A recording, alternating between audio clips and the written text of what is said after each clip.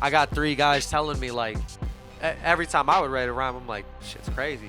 They're like, nah. Like there's mad times they're like, nah. No, but and that's I'd the be thing. like, fuck you guys. So let's talk about it, man. Like, what do you do? What does Mike O'Leary do? Because there's people here that are just like, yo, this guy's dope. Like, look at how this man dresses. You know, the thrift life, like making shit look fresh. But what does Mike O'Leary do? What's under the skin, bro? Zak G, ladies and gentlemen. That's it. Rap, you know, that I would say at the core. Dude, I used to go through this phase. I went through this little phase. I'm getting out of it now, where I like was so against being called a rapper. Yeah. I'm still kind of that way, but I understand. For sure. I was like that. You don't want to be boxed in. 26, no doubt. I would say around 26 is when I started being like, nah, I'm like, that's my core, I am a rapper. For sure. So I'd say a rapper, artist too, for sure. You know, you got the Mike O'Leary side, just solo. Bugging out the band. That's it. Frontman for a band. Frontman for a rapper band. for his own.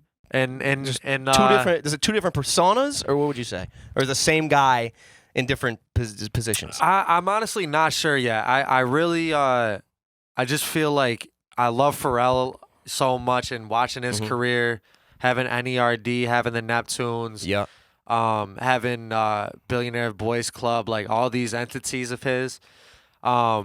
I've just wanted to like somewhat embody that a little bit, and keep like trying to reinvent myself. But I feel like everything's happened really well. Yep. I don't think I had a rhyme or reason for why I was getting it. Like it wasn't like, oh, I'm about to be different. Yep. Bugging Out, I will say, the band. What came first, by the way? Rap, for sure. Rap was first. Like just dolo, yeah. 16. So like 2009, got my first mic. 16, man. Yeah, wow. yeah. Got my first mic, Best Buy, USB. So when was Bugging? How much longer after was Bugging Out started? Went to the first band practice in 2018. So I was 9 so years in. That's a little more recent. I was 9 years in, yeah. Then got with Bugging Out 2018. Because I feel like, it feels like it's been around longer just because you guys have been like really doing, like you guys really do it out there, bro. Yeah, well, so I went to high school with them. They're the shout same out age 80, as you. You know, yeah, like, shout out to 80. Shout out all to the 80. boys, man. So they were 2 years younger than me, and 80 was in a hardcore band actually in high school. They were making good moves, like doing big shows, and so me and him like always had a respect for each other. We had a mutual friend who I was rapping with too. Shout out to Crisp Hussein, eternal now these days, man of many faces. But either way, so that was like our mutual boy.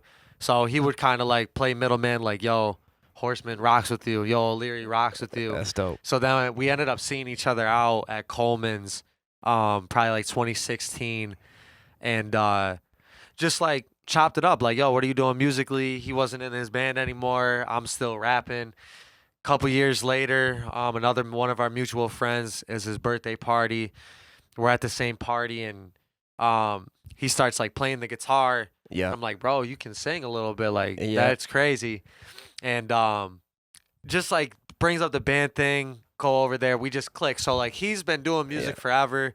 They were a band like 3 years before me, just no vocals. Right. So they were tight. Like they were tight, and that I think that's why it sounds like it's been a quick transition for us, because they already had like, when I got there, they had like 10 set songs, just no vocals. Right. So it was pretty much like, you know, like getting beats off YouTube. You were the piece that just came in. Missing piece. Yeah. Missing piece came in, and it just like all flowed together because they already had the chemistry, and you were already vibing. Yeah. So it just it fits so perfectly. So that's crazy. Yeah, I like that aspect because that taught me to be a team player. Like it was a big humbling experience for sure. And not many rappers can say they've been in a band like situation like that. For sure. That makes you just so much more musical. Bro. That attracted me to the idea of being in there probably first. Yeah. Was like, this is going to be so different. That's really cool. But as I got in it, even with rap, when I got in rap at 16, I'm like, dude, girls are going to like me so much more. Yeah. But as I started doing the craft and really like learning rhyme schemes, going back in the past and watching the greats and stuff, like that's when I was like, no, I just love music. Like this is beyond any amount of attention from girls or daps from people. Yeah. Passion. passion. You fell know in love with it. So same deal with the band. Was like, oh, this Yeah. will be so different. But as I went on, I was like, nah, this is a really humbling thing because Mm-hmm. I got 3 guys telling me like every time I would write a rhyme, I'm like, shit's crazy. They're Mhm. like, nah. Like there's Yeah. mad times they're like, nah. No, but And that's I'd the be thing. like, fuck you guys. But think about it. Think about how many people are legends in their head, and then when they put it out to the world's like, you need, as much as we don't want to like rely on validation, Yeah. you need some of that just to be like, I'm not crazy. Like this is actually something Absolutely. that the world needs and wants. Absolutely. You need some of that. So that helped me a lot. I would say just as a writer, Yeah. more than anything, just because But your live performances, did Bugging Out help you with like the live side of things? for sure, I feel Because you're like talk your shit. Like you're crazy, bro. I appreciate it. I appreciate you it, bro. go, you black out.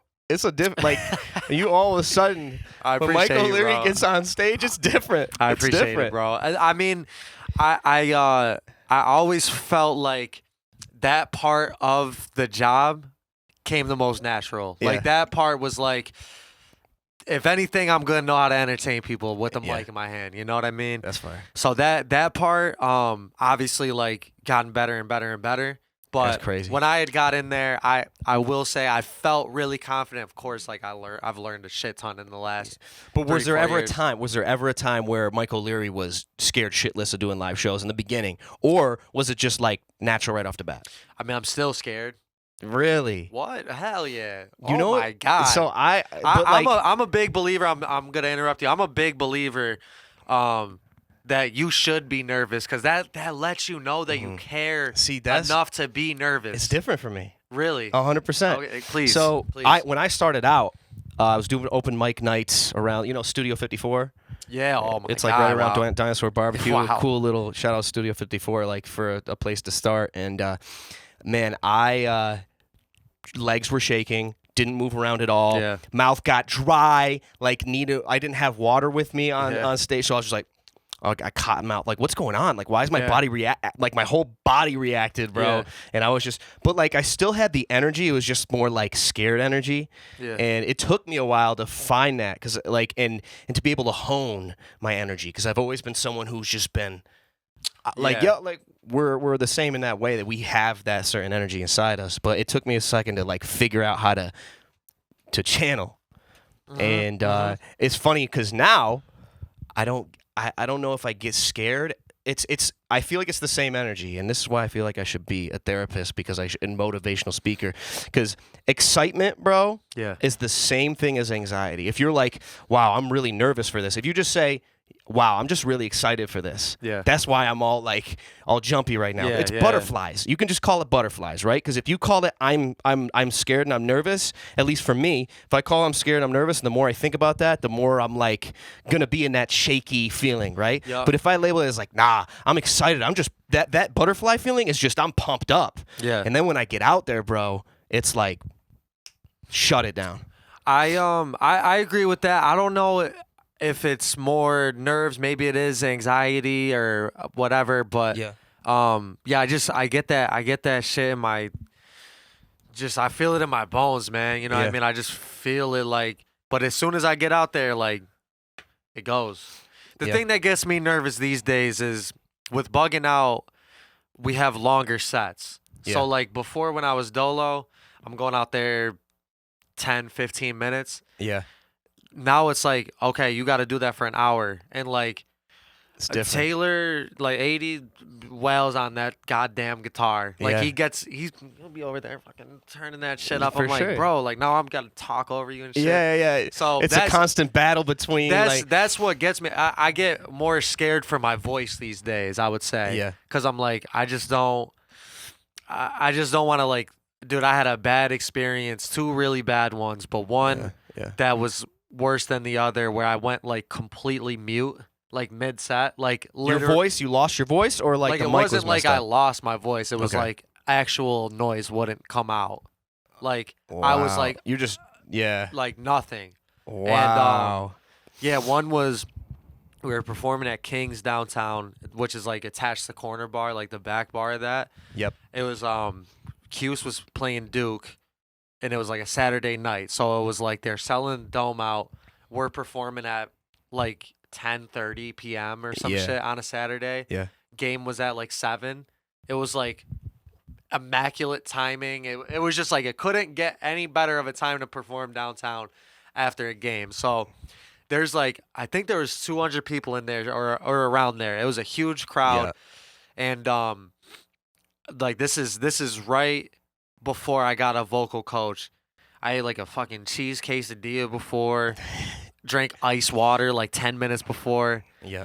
And yeah, bro, like probably 3-4 songs in, I'm like, yeah, like I'm rapping, and that's exactly what it was. Was like, oh my goodness. I'm like, yo, is my mic off or? And Yeah. I was like, were you lit? Yeah, I was too lit. That was the reason. Yeah, so that's when I was like, yo, I got to get this shit under control because it ended up being good. It was one of those shows where, and it happened before, and we had to stop a show, but it was like it was a smaller show. There's probably like 20 people there. So, and it was like towards the end of the set, so we were like, all right, we'll just do one more and we'll just rock and it'll be fine.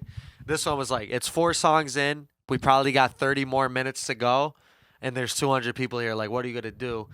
So I look at 80. I'm like, my shit's gone. Yeah. And he's like, looks at me like we're on stage. He's like, in moments like this, being a legend is how do you respond in this moment? Like, how are you going to respond? Do we call it quits and the talk of the town's like bucking out, stop their show, O'Leary lost his shit? Yeah. Or do you just find a way to make this shit happen? So I went out there, bro. I was like crying on stage because my boys that were like in the front like knew what was going on, and one of them like took the mic from me and like sang my words for me and shit. Yeah. 80s chipping in, and it was like people just had my back in that moment, and it also showed me people got my back, and it showed me like, yo, if I can get through a situation like that on stage, man, there's nothing that can stop you, right? I'm good because it should have, you know. Yeah, so that's that changes. But that's what makes me nervous.